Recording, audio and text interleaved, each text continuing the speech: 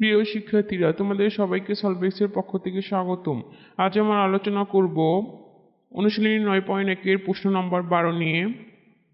এখানে বলা হয়েছে cosec divided cosec minus one plus cosec divided cosec plus one equal to 2 sec square. তো প্রদত্ত অভেদ যা আছে সেটা লিখব।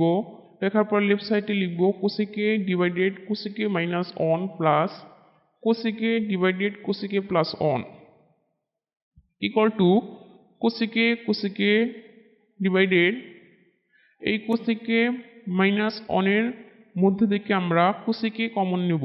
কমন নেওয়া মানেই হচ্ছে ভাগ করা। তো এই কোসেকের মধ্যে যাই হচ্ছে একবার minus on divided cosec plus cosec divided এই কোসেকে প্লাস অন এর মধ্যে থেকে হচ্ছে কোসেকে কমন নেব। তো কোসেকে কমন নেওয়া মানেই হচ্ছে ভাগ করা। কোসেকের মধ্যে যাই হচ্ছে একবার plus on divided cosec equal to cosec কেটে গেলে থাকে উপরে অন ডিভাইডেড অন এই on minus on divided cosec মানে আমরা জানি হচ্ছে সাইনে, কেননা সাইনে এবং কোসেকে হচ্ছে পরস্পরের বিপরীত প্লাস এই কোসেকে কেটে গেলে থাকে হচ্ছে উপরে অন ডিভাইডেড এই on plus on divided cosec মানে হচ্ছে সাইনে ইকুয়াল টু আমরা এই দুই ভগ্নাংশের যোগফল নির্ণয় করব। তো অন মাইনাস সাইনে অন প্লাস সাইনের লসাগু হচ্ছে অন মাইনাস সাইনে ইন্টু অন প্লাস সাইনে।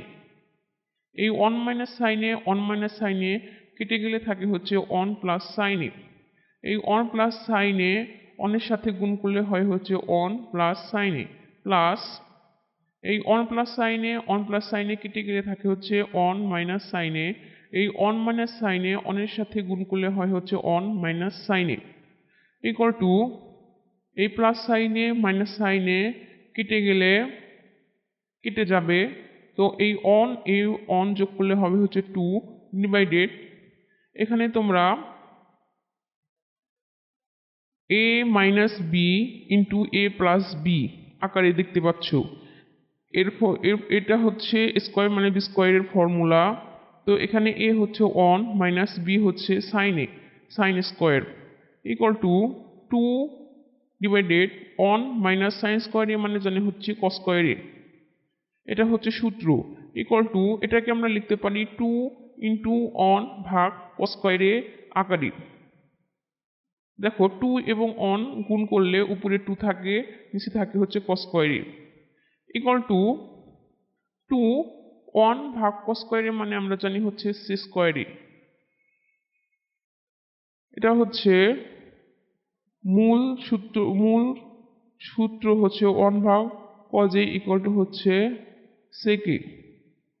যখন আমরা 1 ভাগ কস স্কোয়ার এপাশে যখন আমরা বর্গ করব কস স্কোয়ার এ ইকুয়াল টু তখন এই পাশে বর্গ হবে সি স্কোয়ার এ। তো 2 ইন্টু 1 ভাগ কস স্কোয়ার মানে হচ্ছে সি স্কোয়ার এ ইকুয়াল টু রাইট সাইড, অর্থাৎ left side equal to right side প্রমাণিত। চ্যানেলটি ভালো লেগে থাকলে অবশ্যই সাবস্ক্রাইব করবে আরও নতুন নতুন ভিডিও পাওয়ার জন্য।